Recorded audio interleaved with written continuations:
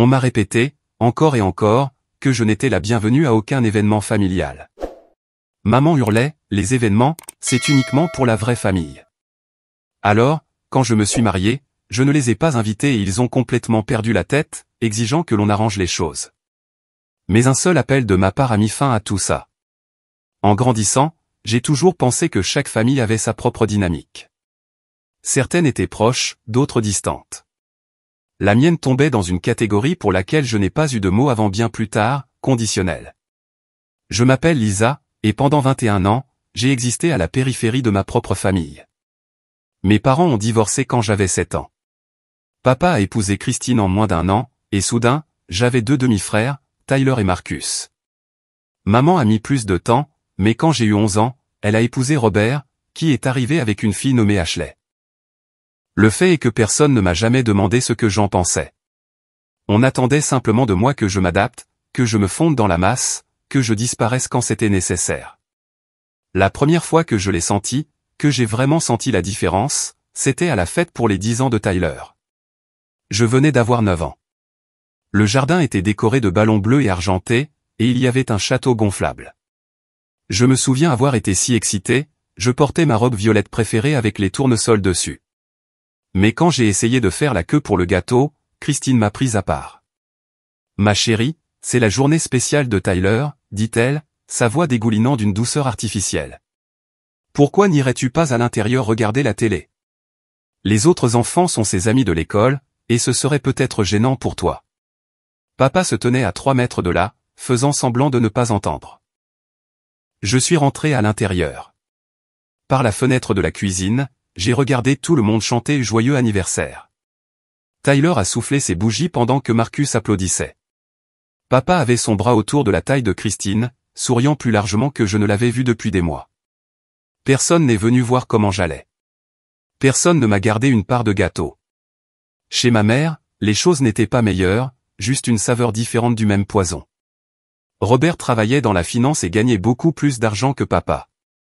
Leur maison était plus grande, plus neuve, dans un quartier avec une association de propriétaires et des rues portant des noms d'arbres qui n'y poussaient même pas. Ashley avait 12 ans quand ils se sont mariés, déjà bien installé dans son école privée avec ses groupes d'amis et ses cours d'écriture. Ashley a besoin de stabilité en ce moment, m'a expliqué maman un jour, après que j'ai demandé pourquoi je ne pouvais pas assister à son concours d'écriture. Le divorce a été dur pour elle. Robert pense qu'il est préférable de rester en petit comité, juste la famille proche. Je suis ta fille, ai-je dit. J'avais 13 ans. Tu sais ce que je veux dire, Lisa. Ne sois pas difficile. La remise des diplômes du lycée est arrivée, puis passée, avec la cérémonie habituelle au centre municipal. Maman et Robert sont arrivés en retard, s'asseyant au fond. Papa et Christine ont envoyé une carte avec $50 à l'intérieur. Ashley a été diplômée de son académie privée le même printemps, avec une fête dans un country club. Je n'y ai pas été invité non plus. Tyler est entré à l'université d'État, et papa a organisé une immense fête avec la famille élargie que j'avais rencontrée peut-être 2 fois. Je l'ai appris par ma grand-mère, qui m'a appelé pour me demander pourquoi je n'étais pas venu. Je n'étais pas invité, mamie. Il y a eu une longue pause. Ce n'est pas possible. Mais si, c'était possible. C'était toujours possible. L'université est devenue mon refuge. Je suis allé dans une école à 8 heures de route, je me suis spécialisé en sciences de l'environnement, et je me suis construit une vie où je contrôlais qui pouvait en faire partie. Je me suis fait des amis qui étaient là pour moi, de vrais amis, du genre à se souvenir de votre anniversaire sans que Facebook ne le leur rappelle. J'ai rencontré des gens qui voulaient vraiment de ma présence. Pendant les vacances d'hiver de ma 2e année, je suis rentré pour Noël. Maman recevait, et je suis arrivé pour trouver la maison transformée en une page de magazine de décoration. Robert avait engagé des décorateurs. Le sapin de 4 mètres dans le hall d'entrée avait un thème de couleurs coordonnées. Ashley était là avec son nouveau petit ami, un certain Brandon dont la famille possédait apparemment la moitié d'un comté dans le Connecticut. J'étais là depuis peut-être 20 minutes quand maman m'a entraîné dans la cuisine. Les parents de Robert viennent dîner, dit-elle en arrangeant du fromage sur une planche en bois. Je veux que tu comprennes que c'est très important pour Ashley et Brandon. Le père de Robert va faire quelques présentations professionnelles pour Brandon. D'accord, ai-je dit. À quelle heure dois-je être prête? Maman s'est arrêtée, me regardant avec un mélange de pitié et d'agacement. Lisa, ce dîner est réservé à la vraie famille. Les parents de Robert ne te connaissent pas, et expliquer toute la situation ne ferait que compliquer les choses. Je t'ai déjà préparé une assiette que tu peux emporter dans ta chambre. Quelque chose s'est brisé en moi à ce moment précis. 20 ans, debout dans la cuisine de ma mère, à m'entendre dire que je n'étais pas assez de la famille pour m'asseoir à une table, dans une maison où j'étais censé avoir ma place. Tu es sérieuse, ai-je dit. N'en fais pas toute une histoire, a sifflé maman. Tu es toujours si sensible à tout. Ce n'est qu'un dîner. Ce n'était pas qu'un dîner. C'était chaque dîner, chaque anniversaire, chaque fête, chaque remise de diplôme, chaque célébration qui comptait. J'étais l'invité qui avait abusé de son hospitalité, sauf que je n'avais jamais été accueilli en premier lieu. Je suis parti cette nuit-là, j'ai conduit 8 heures pour retourner au campus dans une tempête de neige, pleurant si fort que j'ai dû m'arrêter 2 fois sur le bord de la route. Je ne suis pas rentré le Noël suivant, ni celui d'après. J'ai prétexté des stages et des projets de recherche. Maman envoyait des textos pour demander quand je viendrais. Je gardais mes réponses courtes. Puis j'ai rencontré Daniel. Nous nous sommes rencontrés lors d'une conférence sur la conservation à Portland, pendant ma 3e année d'université. Il présentait une recherche sur la restauration des bassins versants, et j'étais complètement absorbé par sa présentation, jusqu'à ce qu'il fasse une blague sur le saumon qui, d'une manière ou d'une autre, était liée à la politique climatique. Il avait cette façon de rendre les questions environnementales complexes accessibles, comme si, avec un petit effort de notre part à tous, nous pouvions arranger les choses. Nous avons pris un café après son intervention. Le café s'est transformé en dîner.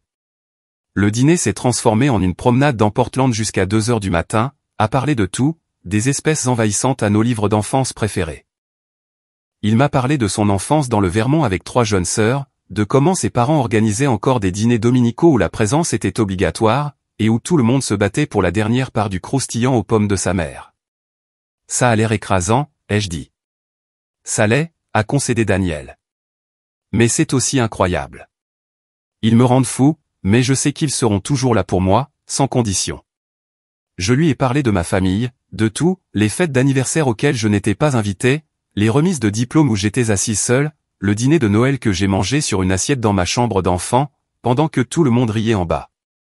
Il ne m'a pas offert de platitudes vides de sens, ni essayé de justifier leur comportement. Il m'a juste tenu la main et a dit, c'est vraiment dégueulasse. Je suis désolé. Nous avons eu une relation à distance pendant 2 ans après nos études. Il a obtenu un poste au service des forêts dans le Colorado. J'ai décroché un emploi dans une organisation environnementale à but non lucratif à Denver. Soudain, nous étions dans le même état, et j'avais l'impression que tout se mettait en place. Pendant ces 2 années où nous construisions notre relation, les schémas de ma famille ont continué, réglés comme une horloge. Marcus s'est fiancé avec sa petite amie de l'université, Emma.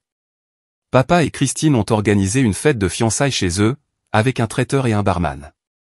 Je l'ai découvert grâce à une photo que Marcus a postée sur Instagram, lui et Emma, entourés de membres de la famille souriants, avec Christine rayonnante au centre de la photo. Je n'ai même pas pris la peine de demander pourquoi on ne m'avait rien dit. La réponse était toujours la même. Les parents de Robert ont célébré leur 50e anniversaire de mariage avec une immense fête au country club. Maman m'a envoyé une photo après coup, elle et Ashley dans des robes bleu marine assorties, Robert l'air fier dans son costume coûteux. Une si belle célébration, disait le texto, suivi de 3 émojis cœur. Elle n'a pas mentionné que je n'avais pas été invité à un événement impliquant la famille de son mari, même si j'étais techniquement la belle-fille de Robert depuis 17 ans à ce moment-là. Le truc, quand on est constamment exclu, c'est qu'on commence à développer une sorte de 6e sens. On sent les choses venir avant qu'elles n'arrivent. Quelqu'un mentionne un événement à venir, et on connaît déjà l'explication de pourquoi on ne sera pas là. On les a toutes entendues, et ils sont devenus créatifs au fil des ans, c'est juste pour les dames du club de lecture, les associés de Robert ne comprendraient pas la dynamique, on ne voulait pas t'imposer le trajet, le lieu a une capacité limitée, on pensait que tu serais occupé. Chaque excuse était différente, mais elles voulaient toutes dire la même chose, tu n'as pas ta place ici. J'ai arrêté de regarder leurs réseaux sociaux pendant un moment, arrêté de me torturer avec les preuves photographiques de ma propre insignifiance.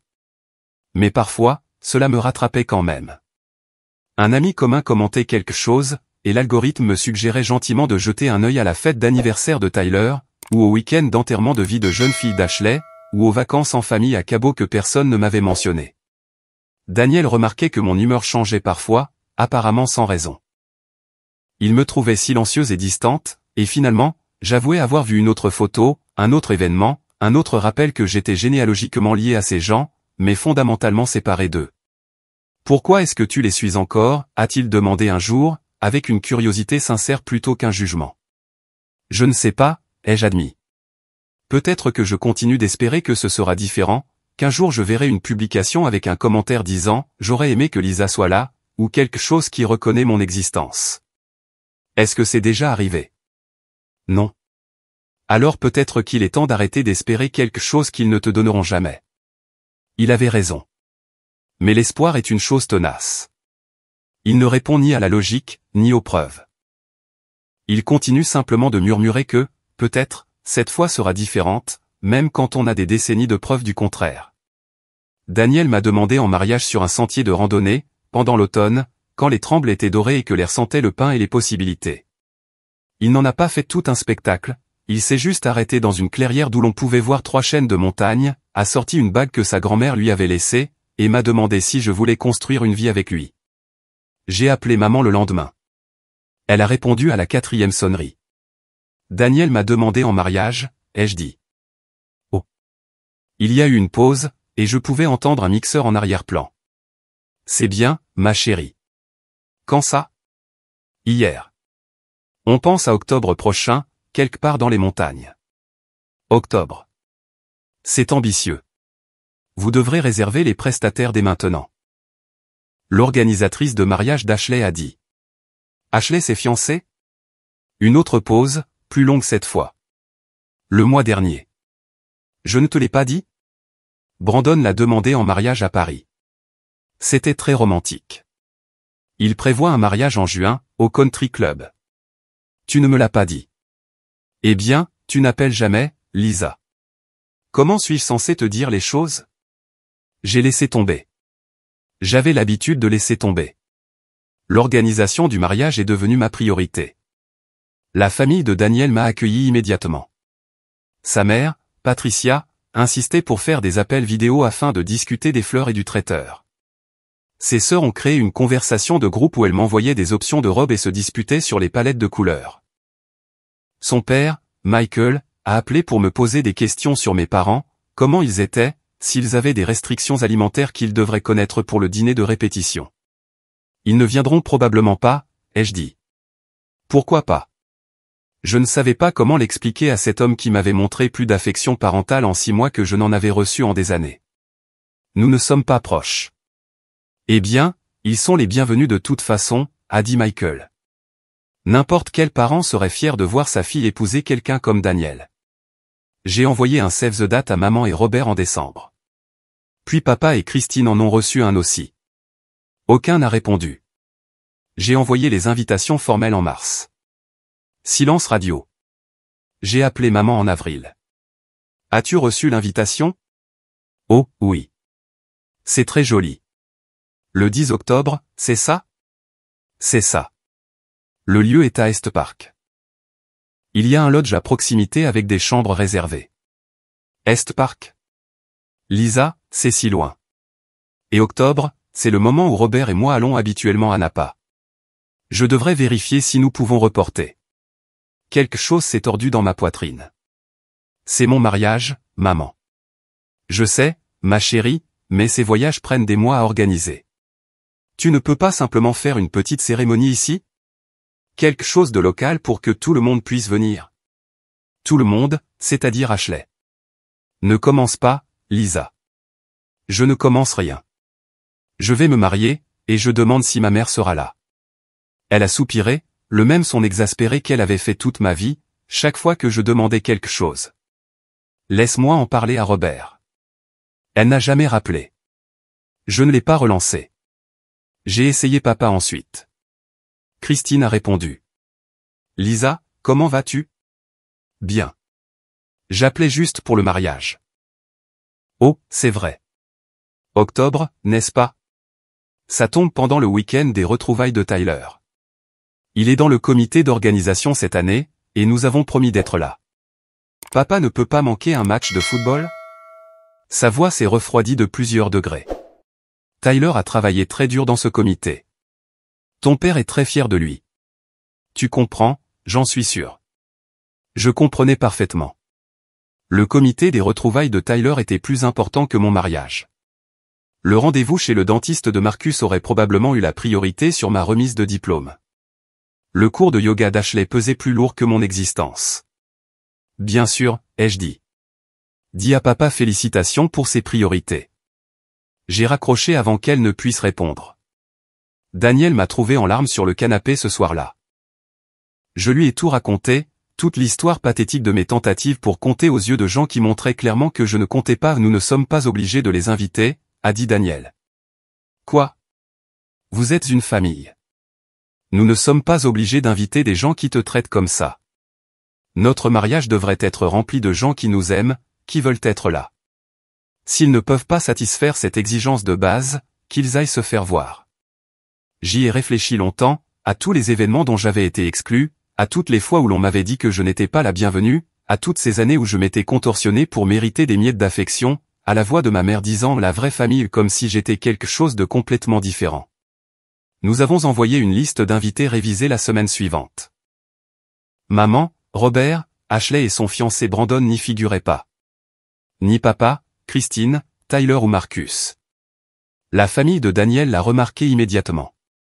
Ma chérie, as-tu oublié d'ajouter tes parents, a demandé Patricia lors d'un appel vidéo. Non, ai-je dit.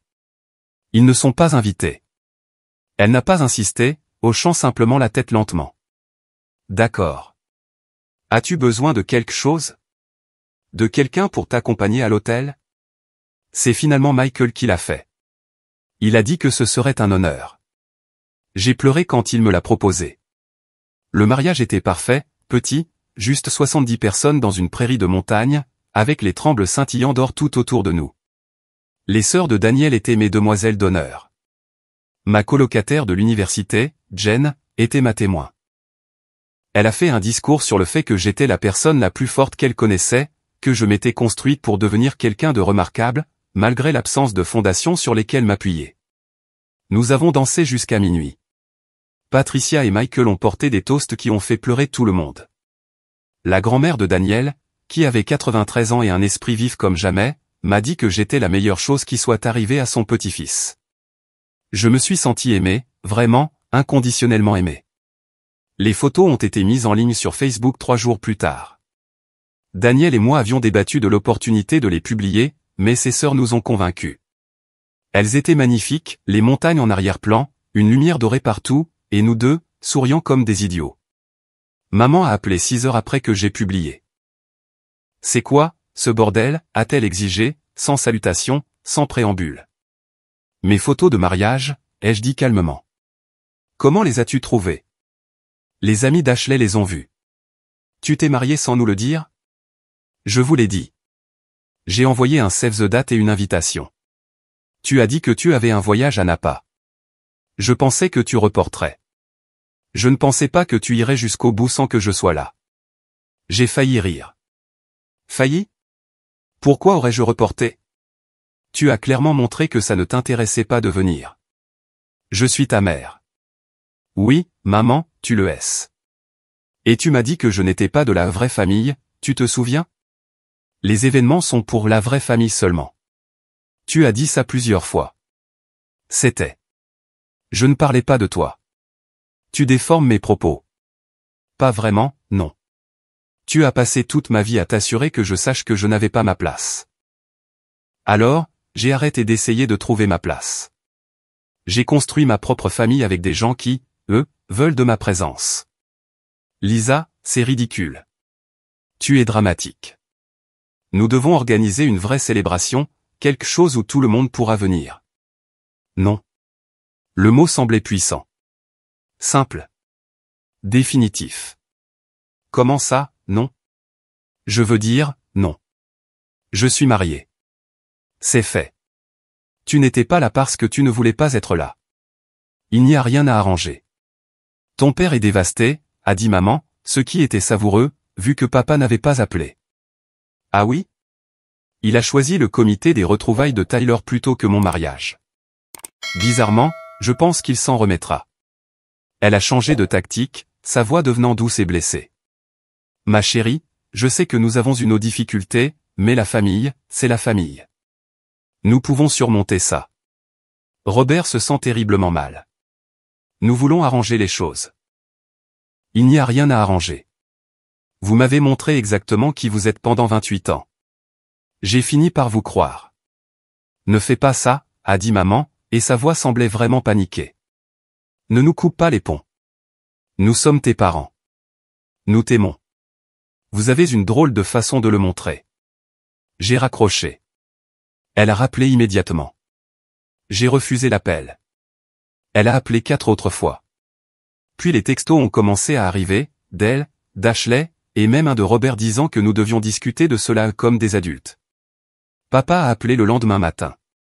J'ai laissé sonner 2 fois avant de répondre, me préparant mentalement. Lisa, que se passe-t-il? Ta mère a appelé Christine, elle était très contrariée. Je me suis marié, papa. Voilà ce qui se passe. Sans nous inviter? Vous étiez invité. Christine a dit que vous ne pouviez pas manquer les retrouvailles de Tyler. Un silence s'est étiré entre nous.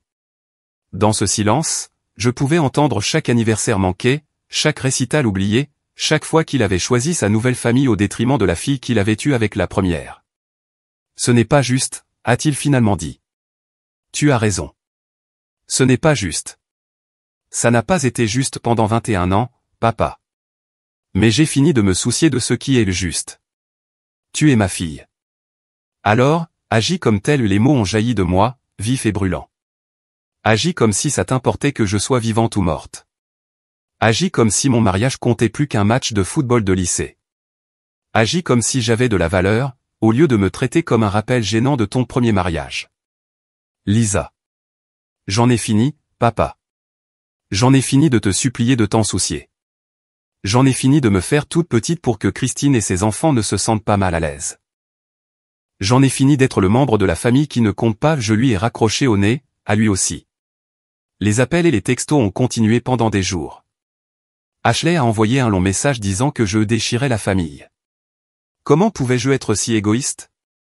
Ne comprenais-je pas que maman pleurait constamment? Christine a texté, disant que je leur devais des excuses pour cette mascarade. Tyler, à qui je n'avais pas parlé depuis 3 ans, m'a envoyé une demande d'amis sur Facebook avec un message disant que nous devrions en discuter.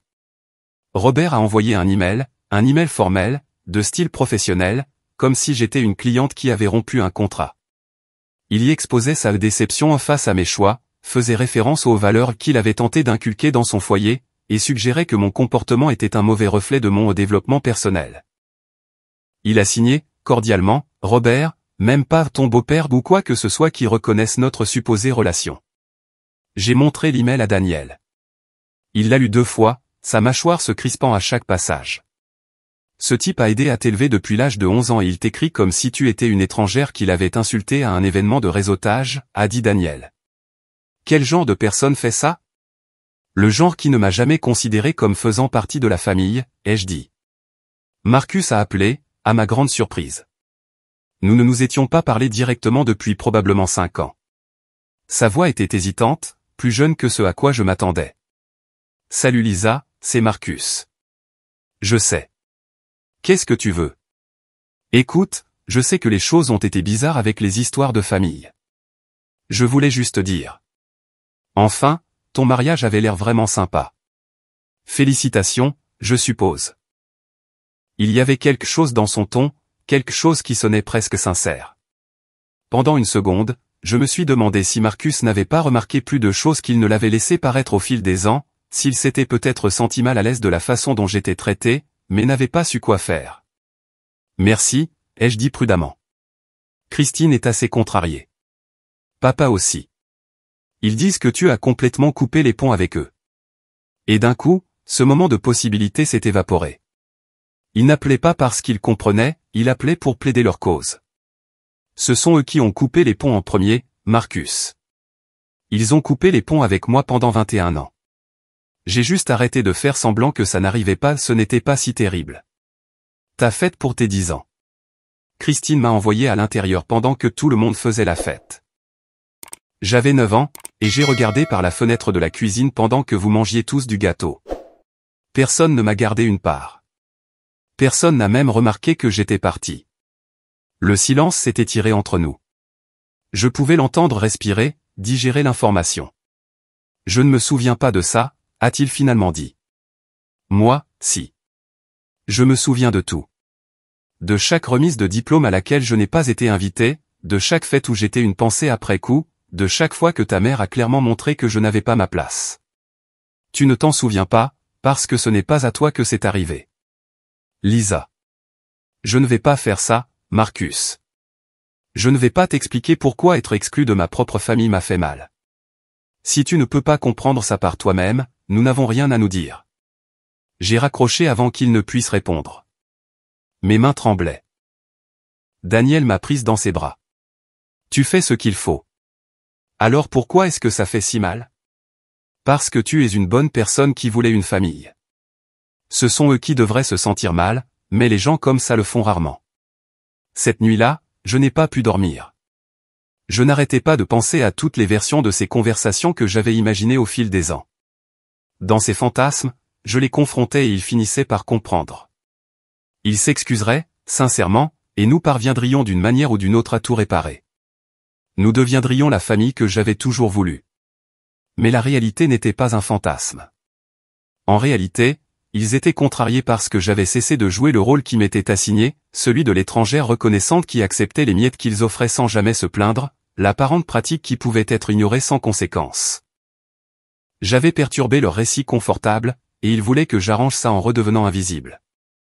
Daniel me regardait gérer ces messages avec une frustration croissante. Tu devrais les bloquer. Pas encore, ai-je dit. J'avais encore une chose à faire. Ma grand-mère, la mère de papa, était présente au dîner du dimanche où la fête de remise de diplôme de Tyler était planifiée. Elle avait demandé à papa pourquoi je n'étais pas sur la liste des invités. Il avait dit quelque chose comme quoi j'étais occupé avec l'université. Elle l'avait accepté, mais j'ai vu son visage quand elle m'a appelé plus tard pour confirmer. Elle savait, à un certain niveau, elle avait toujours su, mais comme la plupart des gens, elle a probablement supposé que les problèmes de famille étaient compliqués et a préféré ne pas s'en mêler. Je l'ai appelée un vendredi soir. Mamie, c'est Lisa. Oh, ma chérie, j'ai vu tes photos de mariage. Elles sont magnifiques. Je suis si heureuse pour toi. Merci. Je suis désolé de ne pas t'avoir invité. C'était compliqué. Je comprends, ma chérie. Ton père a expliqué la situation. Mon estomac s'est noué. Quelle situation? Que tu voulais une petite cérémonie, juste avec des amis proches. Il a dit que vous renoueriez avec la famille plus tard, que vous feriez une vraie réception. Et voilà. Les mensonges qu'ils avaient racontés pour se donner le beau rôle, pour me faire passer pour la personne difficile qui voulait de la distance, plutôt que pour la fille qu'ils avaient systématiquement exclue. Mamie, ce n'est pas vrai. Rien de tout ça n'est vrai. Que veux-tu dire? Je lui ai tout raconté, chaque anniversaire manqué, chaque événement dont j'étais exclu, chaque fois que quelqu'un avait clairement indiqué que je n'étais pas de la vraie famille. Le dîner de Noël dans ma chambre, la remise de diplôme d'Ashley à laquelle je n'étais pas invité, la fête de Tyler où Christine m'avait envoyé à l'intérieur, les paroles de ma mère sur les événements réservés à la vraie famille seulement. Mamie est restée silencieuse pendant un long moment quand j'ai eu fini. Je n'en avais aucune idée, a-t-elle finalement murmuré. Lisa, je te jure que je n'avais aucune idée que c'était si grave. Ils sont doués pour le cacher. Ils font en sorte que ça paraisse raisonnable sur le moment. Un événement, un conflit, un problème d'emploi du temps.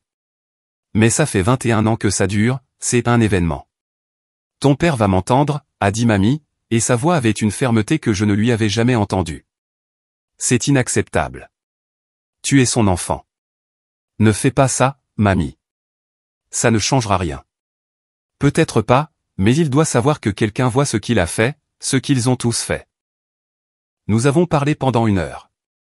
Elle m'a posé des questions sur Daniel, sur le mariage, sur mon travail de vraies questions, comme si les réponses l'intéressaient vraiment. Avant de raccrocher, elle a dit, « Je suis désolée de ne pas l'avoir vue plus tôt, ma chérie. J'aurais dû être plus attentive. J'aurais dû faire quelque chose il y a des années. ce n'est pas de ta faute. Peut-être pas, mais je vais réparer ce que je peux. Mamie a tenu parole. Elle a organisé une réunion de famille le week-end suivant. Papa, Christine, Tyler, Marcus, et apparemment même maman et Robert étaient là. Je n'étais pas invité, évidemment, mais mamie m'a appelé après. Je leur ai dit exactement ce que je pensais de leur comportement, a-t-elle dit. Ton père a essayé de trouver des excuses. Christine a essayé de dire que tu étais trop sensible. Ta mère a même eu l'audace de prétendre que tu les avais repoussés. Qu'est-ce que tu as dit? Je leur ai dit que j'avais honte. Je leur ai dit qu'ils avaient échoué en tant que parents et qu'ils n'avaient pas le droit de réécrire l'histoire maintenant qu'ils faisaient face aux conséquences. Marcus avait l'air mal à l'aise. Tyler est resté silencieux. Robert a essayé de défendre ta mère, jusqu'à ce que je lui rappelle que je connais son genre depuis 70 ans et que je ne suis pas impressionné. Et papa? Mamie a soupiré lourdement. Ton père a dit qu'il avait fait de son mieux, que le divorce était compliqué et qu'il essayait de fusionner deux familles. Je lui ai demandé, de but en blanc, quand l'as-tu appelé pour la dernière fois, juste pour discuter? Il n'a pas su quoi répondre. Ma gorge s'est serrée. L'entendre exposer si crûment, même par personne interposée, m'a fait réaliser à quel point j'avais peu compté. Christine s'est mise sur la défensive, a continué mamie. Elle a commencé à parler de la difficulté d'élever ses garçons, de comment elle avait essayé de t'inclure mais que tu semblais toujours distante. Je lui ai rappelé cette fête d'anniversaire, celle où elle t'avait envoyé à l'intérieur. Elle a carrément essayé de nier que c'était arrivé. Bien sûr qu'elle l'a fait. Je lui ai dit que je te croyais, toi, et pas elle. Ça l'a fait taire assez rapidement. Mamie a fait une pause. Mais Ashley était la pire. Elle n'arrêtait pas de dire que tu étais jalouse d'elle, que tu avais toujours été amère de sa relation avec ta mère, que tu ramenais tout à toi alors qu'il devrait s'agir de l'unité familiale. J'ai laissé échapper un rire sec et amer. L'unité familiale. C'est savoureux, venant d'elle. Je lui ai peut-être dit que l'unité familiale exige de traiter quelqu'un comme faisant partie de la famille, et qu'elle n'y connaissait rien, puisqu'elle avait passé des années à bénéficier de ton exclusion. Mamie, quoi? C'est vrai. Cette fille a eu toute l'attention de ta mère pendant que tu recevais des miettes. Elle ne va pas jouer la victime maintenant. J'ai souri malgré tout. Je t'aime, mamie. Je t'aime aussi, ma chérie. Ton grand-père aurait adoré Daniel, d'ailleurs.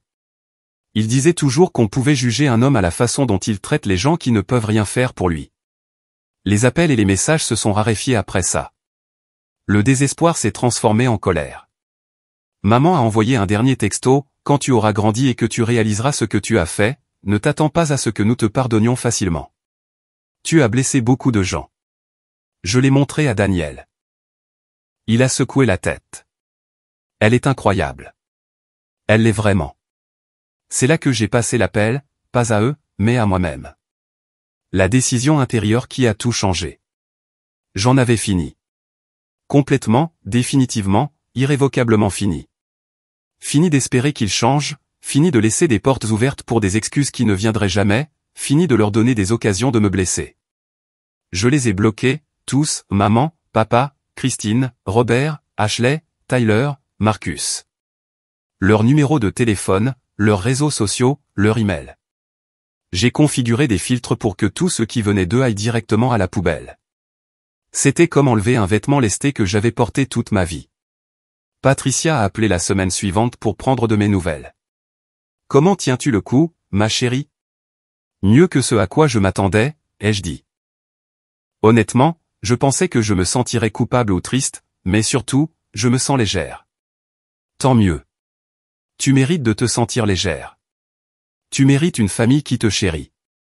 J'en ai une maintenant, ai-je dit. Votre famille a été plus aimante en 1 an que la mienne ne l'a été en 28. C'est parce que tu es facile à aimer, Lisa. Quiconque ne peut pas voir ça est aveugle. 6 mois plus tard, j'ai reçu une lettre, du vrai courrier, transférée de mon ancienne adresse. L'écriture de maman sur l'enveloppe. J'ai failli la jeter sans l'ouvrir, mais la curiosité l'a emportée. À l'intérieur se trouvait une invitation de mariage.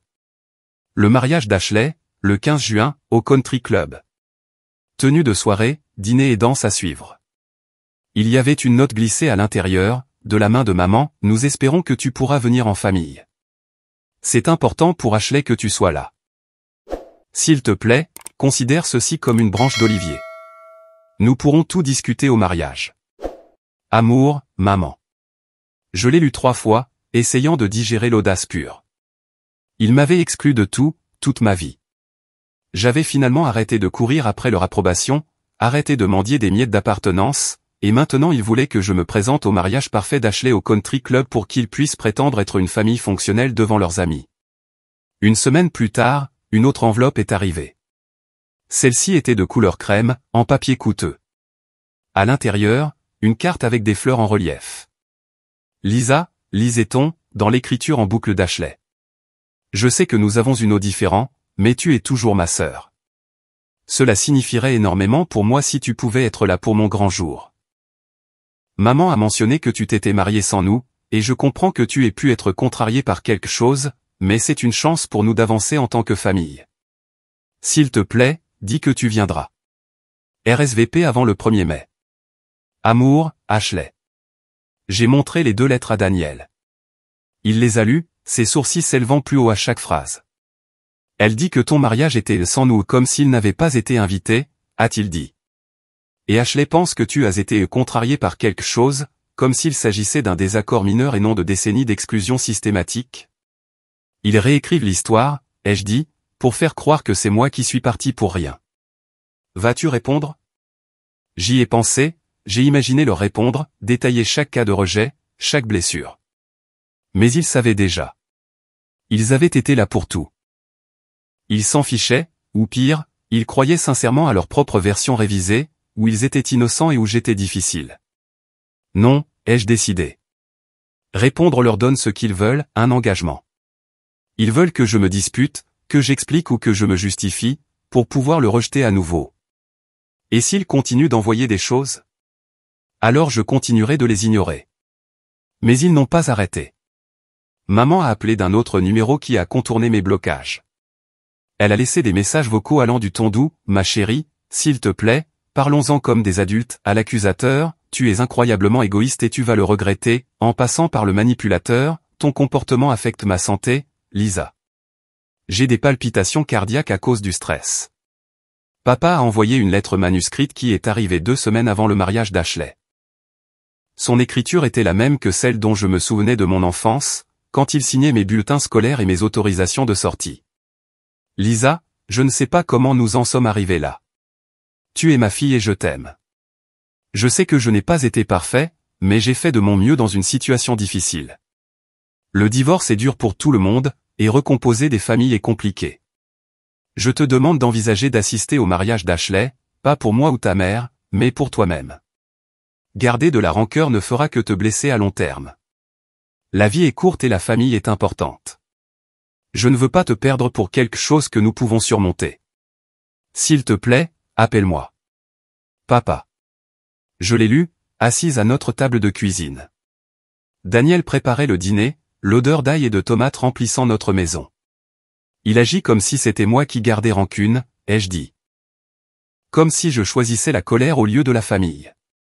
Daniel s'est tourné de la cuisinière. Tu choisis ton propre bien-être plutôt que des gens qui t'ont blessé à plusieurs reprises. Ce n'est pas de la colère, ce sont des limites. Il a dit qu'il avait fait de son mieux. Son au mieux, c'était de choisir le comité des retrouvailles de Tyler plutôt que ton mariage. Son au mieux, c'était de laisser Christine t'exclure des fêtes d'anniversaire. Si c'est ça son mieux n'était pas assez bon. Daniel avait raison. Il n'arrêtait pas de présenter cela comme si j'étais incapable de pardonner, comme si je gardais rancune, comme si je détruisais la famille. Mais je ne détruisais rien, je refusais simplement de prétendre que les dégâts n'existaient pas. Daniel m'a trouvé en train de fixer l'invitation. C'est ce que je pense? C'est ça. Qu'est-ce que tu vas faire? J'y ai pensé, j'ai pensé à me présenter, à faire une scène, à porter un toast qui détaillerait chaque fois qu'il m'avait rejeté. J'ai pensé à la vengeance sous toutes ses formes possibles. Puis j'ai pensé à la vie que je m'étais construite, au travail que j'aimais, au mari qui me chérissait, aux beaux-parents qui appelaient juste pour discuter. J'ai pensé aux randonnées que Daniel et moi planifions, aux amis que nous recevions pour des dîners, à la joie tranquille d'être désiré exactement tel que j'étais. J'ai marché jusqu'à la cheminée et j'y ai jeté l'invitation, la regardant s'enrouler en noir et se transformer en cendre. Je ne vais rien faire, ai-je dit. Je vais vivre ma vie avec des gens qui m'aiment vraiment. C'est la meilleure des vengeances. Daniel m'a serré par derrière. Je suis fier de toi. Merci. On peut planifier ce voyage à Yellowstone maintenant? Absolument. Nous sommes partis pour Yellowstone le week-end du mariage d'Ashley, nous avons passé 5 jours à randonner, à voir des loups et des bisons, à dormir sous plus d'étoiles que je n'en avais jamais vu. Je n'ai pas pensé au mariage, je ne me suis pas demandé comment ça s'était passé ou s'ils avaient remarqué mon absence. Patricia m'a envoyé une photo de son jardin, le jour de ce qui aurait été le mariage d'Ashley. Ces roses m'ont fait penser à toi, disait le message. J'espère que vous passez un voyage incroyable. C'était ça, la famille, quelqu'un qui pense à vous non pas parce qu'il a besoin de quelque chose, mais parce qu'il vous aime.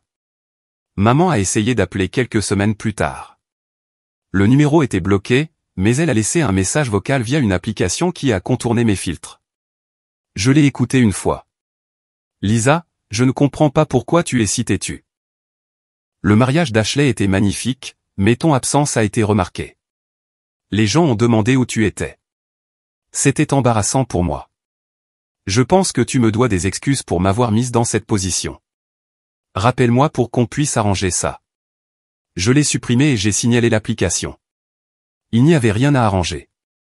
Ils avaient brisé quelque chose il y a longtemps, et j'avais finalement arrêté d'essayer de le réparer à main nue. 1 an après mon mariage, Daniel et moi avons acheté une maison. Patricia et Michael nous ont aidés à déménager, ainsi que les sœurs de Daniel et leur famille. Nous avons organisé une pendaison de crémaillère avec 30 personnes qui avaient été là pour nous de manière constante, qui avaient célébré nos victoires et nous avaient soutenus dans les épreuves, qui avaient voulu être là. Jen a porté un toast avec du vin que nous étions tous trop fatigués pour apprécier correctement.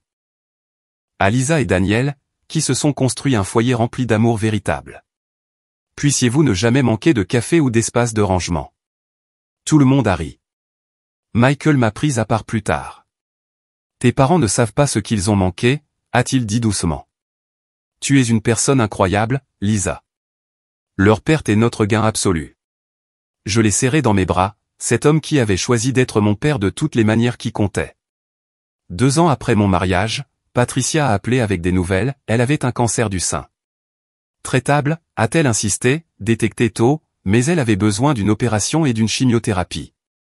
J'ai pris 3 semaines de congé, je suis resté avec elle et Michael, je l'ai conduite à ses rendez-vous, je me suis assise avec elle pendant les perfusions. Les sœurs de Daniel se relayaient le week-end.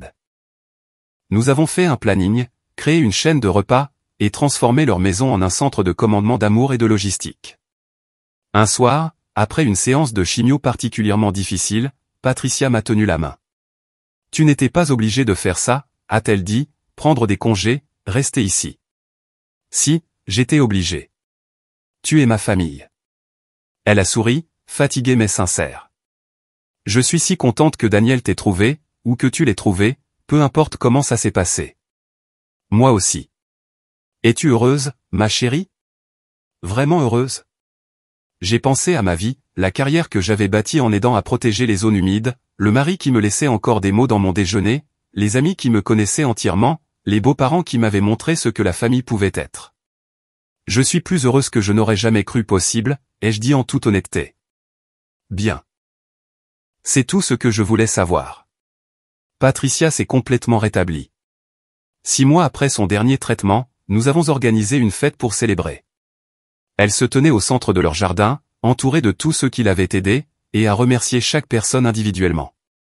Quand elle est arrivée à moi, elle a dit, Lisa est restée 3 semaines, elle a pris soin de moi comme si j'étais sa propre mère.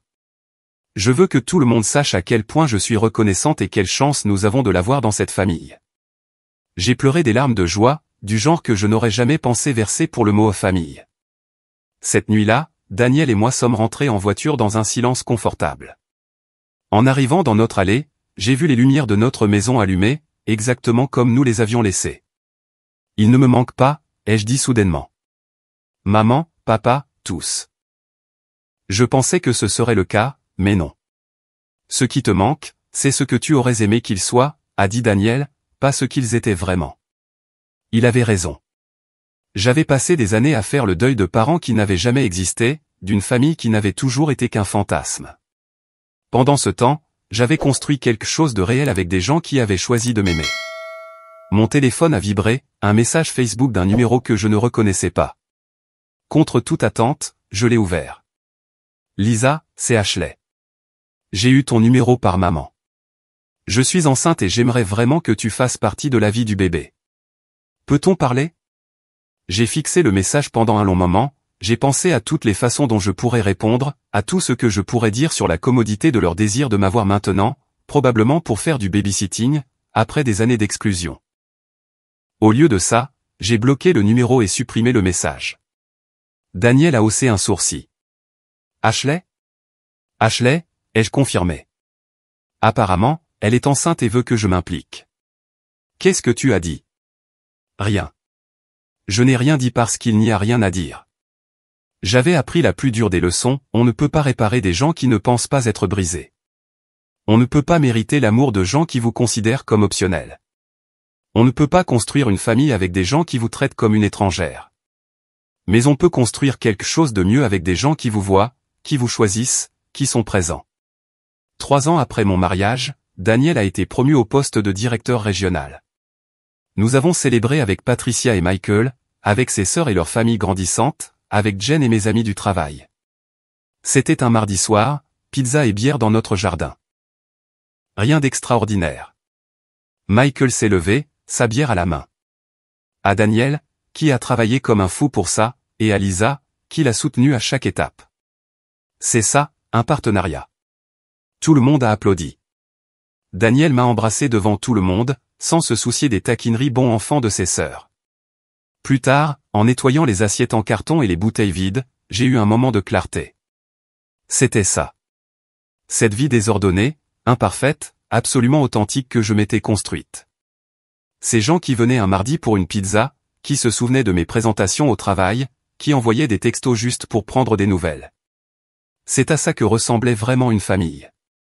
Mon téléphone a vibré une dernière fois cette nuit-là, une notification Facebook. Papa avait essayé de m'envoyer une demande d'amis. Sa photo de profil le montrait avec Christine, Tyler, Marcus, et 2 jeunes enfants que je ne reconnaissais pas des petits-enfants, probablement ceux de Tyler ou Marcus, vu leur âge. J'ai refusé la demande et j'ai complètement verrouillé mon profil. Daniel est venu derrière moi, enroulant ses bras autour de ma taille. Tout va bien? Tout est parfait, ai-je dit, et je le pensais. J'avais passé des années à essayer de gagner une place à des tables qui ne m'étaient pas destinées. Maintenant, j'avais ma propre table, construite avec des gens qui m'avaient aidé à la construire. Ils pouvaient garder leur mariage au country club et leur Noël aux couleurs coordonnées. J'avais quelque chose de mieux, une famille qui voulait vraiment de ma présence. Cet appel que je m'étais passé à moi-même il y a 3 ans, cette décision intérieure qui a mis fin à tout, ne leur était pas destinée. C'était le moment où j'ai choisi d'arrêter de courir, d'arrêter d'espérer, d'arrêter de croire que les choses changeraient. Le moment où j'ai appelé les choses par leur nom, où j'ai qualifié toute cette mascarade douloureuse de ce qu'elle était et où je m'en suis éloigné pour toujours. Je me suis choisi, j'ai choisi de construire quelque chose de nouveau avec des gens qui méritaient mon amour. Cet appel m'a sauvé la vie. Pas de façon dramatique, pas de façon évidente, mais de la manière silencieuse qui compte le plus. J'étais enfin libre.